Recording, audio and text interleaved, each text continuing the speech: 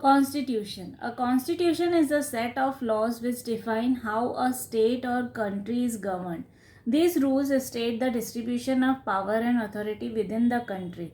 The constitution also states the limit to this power and authority.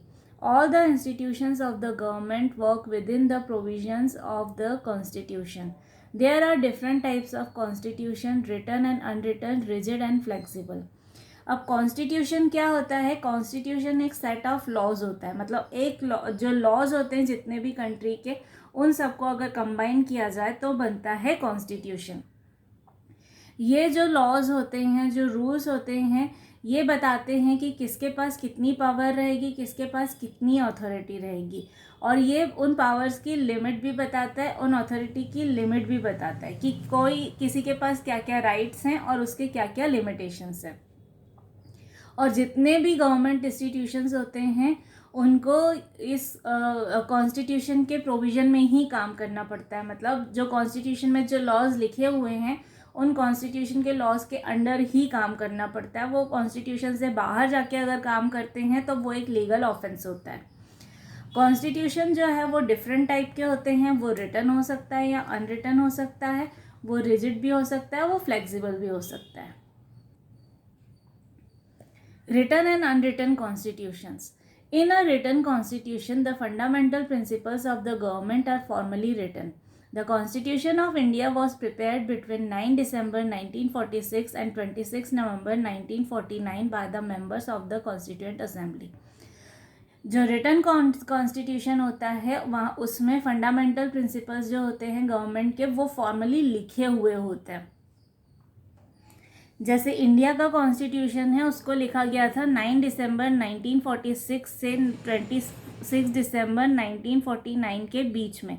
एक constituent assembly बनाई गई थी जिसके मेंबर्स ने मिलके उस कॉन्स्टिट्यूशन को लिखा था, सारे रूल्स और लॉज डिसाइड किए थे.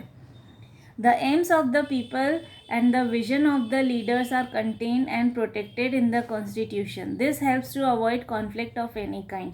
और जो उसका जो एम था वो था प्रोटेक्ट करना, हमारी कंट्री को प्रोटेक्ट करना, लोगों के राइट्स को प्रोटेक्ट करना, और वो लॉज को बनाना ताकि कभी भी अगर कोई कॉन्फ्लिक्ट होता है, कोई भी झगड़ा होता है, तो कॉन्स्टिट्यूट को रेफ़र किया जाता है कि किसी के पास क्या राइट्स हैं, क्या अथॉरिटीज़ हैं, उसके पावर्स की क्या लिमिटेशंस हैं. उसके अकॉर्डिंग उसको या तो सज़ा दी जा सकती है या लिबर्टी दी जा सकती है. The British Constitution is an unwritten constitution and contains no single document. It consists of constitutional conventions and practices that have been created precedents for the working of institutions, together with documents such as statutes and acts of parliament.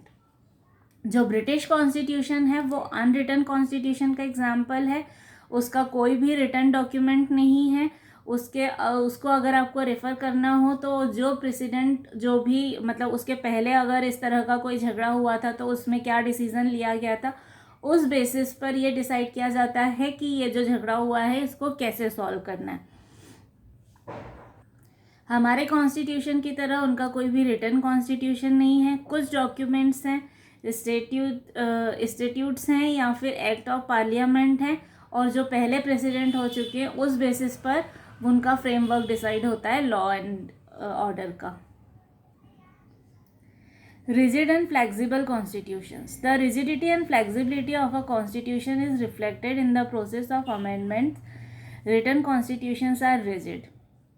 Rigidity और flexibility क्या होती है? Rigidity और flexibility जो है constitution की, वो हमें पता चलती है कि कॉन्स्टिट्यूशन में अगर कोई अमेंडमेंट करना हो तो उसका क्या प्रोसेस होता है. अगर प्रोसेस इजी होता है तो वो रिजिड अगर प्रोसेस इजी होता है तो वो फ्लेक्सिबल कॉन्स्टिट्यूशन होता है, और अगर वो प्रोसीजर जो है वो डिफ़िकल्ट होता है तो वो रिजिड कॉन्स्टिट्यूशन होता है. जो रिटन कॉन्स्टिट्यूशंस होते हैं वो ज़्यादा रिजिड होते हैं, जो अनरिटन होते हैं वो फ्लेक्सिबल होते हैं. A rigid constitution cannot be changed or amended easily. To make amendments in the constitution, specific procedures have to be followed. The central as well as the state majority is required to make changes or amendments in the constitution. The American and the Indian constitution are examples of a rigid constitution. अब जो rigid constitution होता है उसको change करना easy नहीं होता है। अगर उसमें आपको कुछ भी चेंज करना है, कोई भी अमेंडमेंट लाना है, तो उसके लिए एक स्पेसिफिक प्रोसीजर होता है। सेंट्रल गवर्नमेंट और स्टेट गवर्नमेंट दोनों के जितने भी मेंबर्स होते हैं वो अगर मेजॉरिटी के साथ ये डिसाइड करते हैं कि हाँ ये अमेंडमेंट होना चाहिए कॉन्स्टिट्यूशन में, तो ही वो अमेंडमेंट होता है। और अगर मेजॉरिटी बोल दे कि ये अमेंडमेंट नहीं करना चाहिए तो वो अमेंडमेंट नहीं हो सकता है। जो अमेरिकन और इंडियन कॉन्स्टिट्यूशन है वो रिजिड कॉन्स्टिट्यूशन है, वो रिटन कॉन्स्टिट्यूशन है। A constitution that cannot be changed or amended easily without breaking its framework is called a flexible constitution. It can be amended by normal law-making procedures in the parliament. The British Constitution is an example of a flexible constitution. लेकिन अगर कोई constitution ऐसा है जिसको amend करना बहुत easy है और कोई फ्रेमवर्क ब्रेक नहीं होता उससे, तो वो होता है फ्लेक्सिबल कॉन्स्टिट्यूशन। अगर उसमें कुछ भी अमेंडमेंट करना है तो बस सिंपल एक लॉ बना दिया जाता है और वो लॉ जो है वो कॉन्स्टिट्यूशन का पार्ट हो जाता है। इसमें कोई स्पेशल प्रोसीजर फॉलो नहीं करने पड़ते हैं। और जो ब्रिटिश कॉन्स्टिट्यूशन है वो एग्जाम्पल है फ्लेक्सिबल कॉन्स्टिट्यूशन का।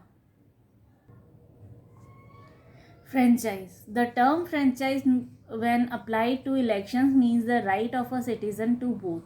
Franchise was once limited to citizens who could satisfy certain conditions such as education, possession of wealth and income.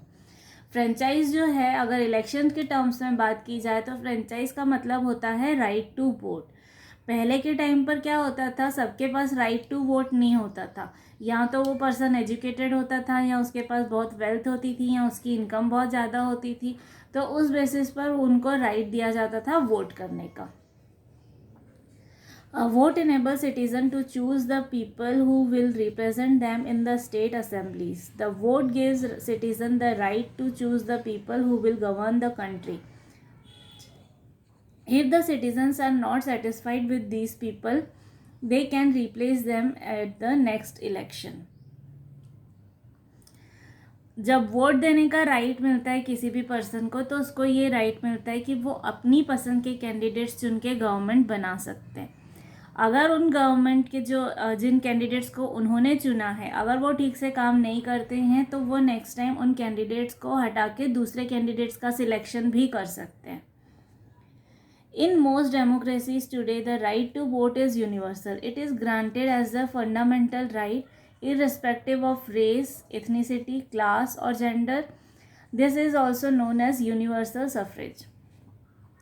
बहुत सारी जितनी भी डेमोक्रेटिक कंट्रीज़ हैं वहाँ पर अब सबको राइट टू वोट मिल गया है। ये एक फंडामेंटल राइट है। फंडामेंटल राइट मतलब हर किसी के पास ये राइट है, फिर चाहे वो मेल हो चाहे फीमेल हो, चाहे वो किसी भी स्टेट में रहता हो, चाहे वो किसी भी धर्म या जाति का हो, चाहे वो रिच क्लास हो चाहे वो पुअर क्लास हो। इस बेसिस पे डिस्क्रिमिनेशन नहीं किया जाता है कि उनके पास राइट ऑफ वोट है कि नहीं है। हर किसी के पास राइट है वोट करने का। The first step towards universal suffrage was taken in the early 19th century. It focused on removing property requirements for voting purposes. In the late 19th and early 20th century, the focus of universal suffrage was on giving voting rights to women. In fact, for a long time in many developed countries, women were not given the right to vote. अब जो ये law है, जो fundamental right है कि हर कोई vote कर सकता है, उसको बोला जाता है यूनिवर्सल सफरेज।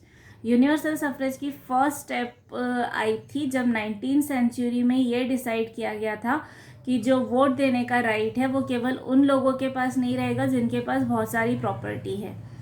फिर लेट 19th सेंचुरी में अर्ली 20th सेंचुरी में ये डिसाइड किया गया था कि लेडीज़ को भी वोट देने का राइट रहेगा। पहले डेवलप कंट्रीज़ में भी बहुत टाइम तक लेडीज़ को वोट देने का अधिकार नहीं होता था, लेकिन अब लेडीज़ के पास भी वोट देने का अधिकार होता है, वो भी अपनी गवर्नमेंट चुन सकती है। Many societies in the past have denied people the right to vote on the basis of race or ethnicity. For example, non-whites could not vote in the apartheid era in South Africa. The system came to an end with the free multi party elections in 1994।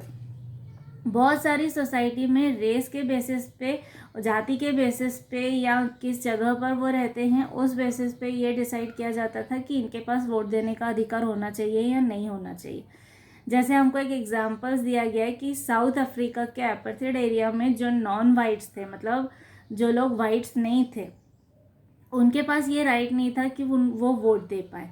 लेकिन 1994 में जो free multi party elections हुए थे उस time पर ये system जो है वो ख़त्म हो गया था। उसके बाद सबको वोट देने का राइट मिल गया था।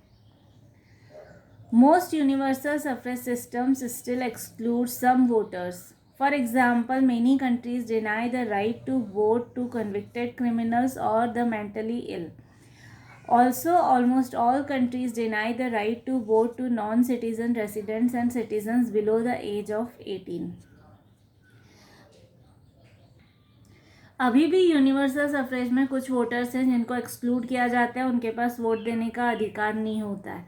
जैसे कि अगर कोई क्रिमिनल हो या किसी की दिमागी हालत ठीक नहीं हो, वो मेंटली इल हो, तो उनके पास वोट देने का अधिकार नहीं होता है। और ऑलमोस्ट सारी कंट्रीज़ में ही 18 ईयर्स से छोटे जो लोग होते हैं, जो एडल्ट्स नहीं होते हैं, उनको भी वोट देने का राइट नहीं होता है। So this was the second part of our chapter forms of government.